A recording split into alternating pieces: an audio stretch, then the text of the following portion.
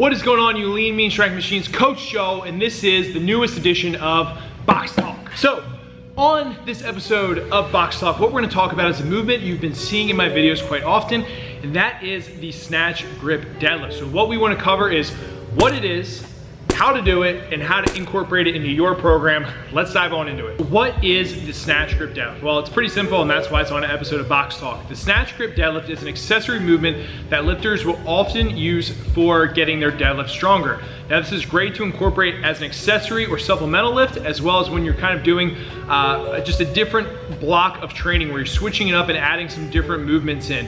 Now, when you do the Snatch Grip deadlift, it's going to be the same setup that you would probably snatch from if you were an Olympic weightlifter, or you can keep your feet the same as your normal deadlift. You're just gonna place your hands a lot wider to make it a snatch grip. Now, I put them exactly where I would snatch from, so that's pretty darn wide on the bar, where some people will just kind of mimic it almost as if it was a close grip versus a regular bench grip on the bar. So they're just gonna go wider than normal to still get the effect of the snatch grip and the differences between the two. In my personal opinion, I think a lot of other people would agree with this, the Snatch Grip deadlift is gonna be way harder than the normal conventional deadlift, and that's how I pull. So the reason for this being is the wider your hands get, it's actually forcing you into a deficit, so you're pulling from a lower position, which is always typically going to be harder. On top of that, since your hands are wide, your upper back is going to be taxed a lot more than it would if your arms were tight. So you're gonna feel this even in your shoulders, to your traps, your lats, your rhomboids, and your posterior chain. Typically, when I do the Snatch Grip deadlift, my hamstrings and my legs are burning as well, just from that added deficit and really keeping that form tight with the arms that are gonna be nice and wide. Now let's cover how to do it pretty quick, some basic points of performance for the Snatch Grip deadlift. Let's go. To keep this setup super simple, when you approach the bar, you're gonna take the same stance as you would for your conventional deadlift. Now, if you don't pull conventional, just have your feet hip width and your toes pointed slightly outward. Now you're gonna place your hands on the barbell for your normal conventional deadlift.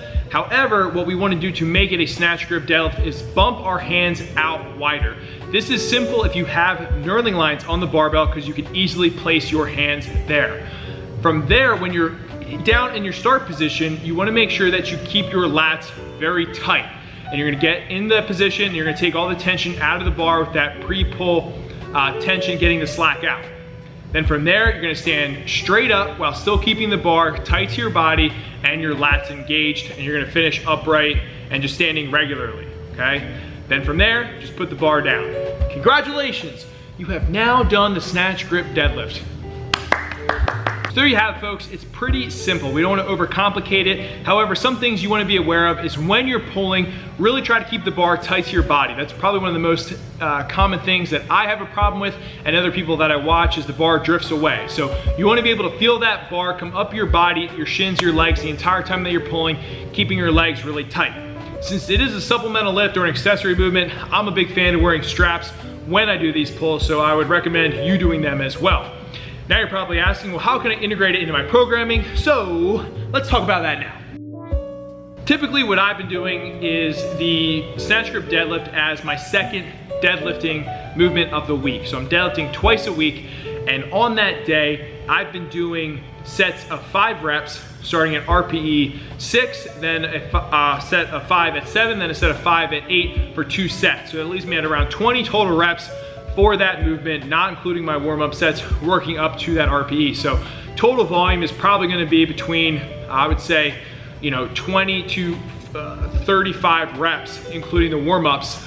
And that percentage is gonna be probably in that 65 to 85 range of my actual deadlift. I have found that I can feel the difference in my back strength, as well as my legs are getting stronger. And really what it does is it makes you better in a bad position of a deadlift. So when you go back to your deadlift, you're gonna feel stronger, it's gonna feel smoother and not as awkward.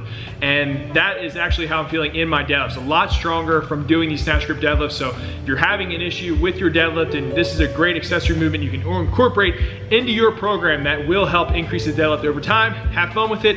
Hope you enjoyed it. End this episode of Box Talk. Stay lean, mean, strength machine, baby. Subscribe to the channel. If you have any program inquiries, send them my way in the email, and we'll talk next time.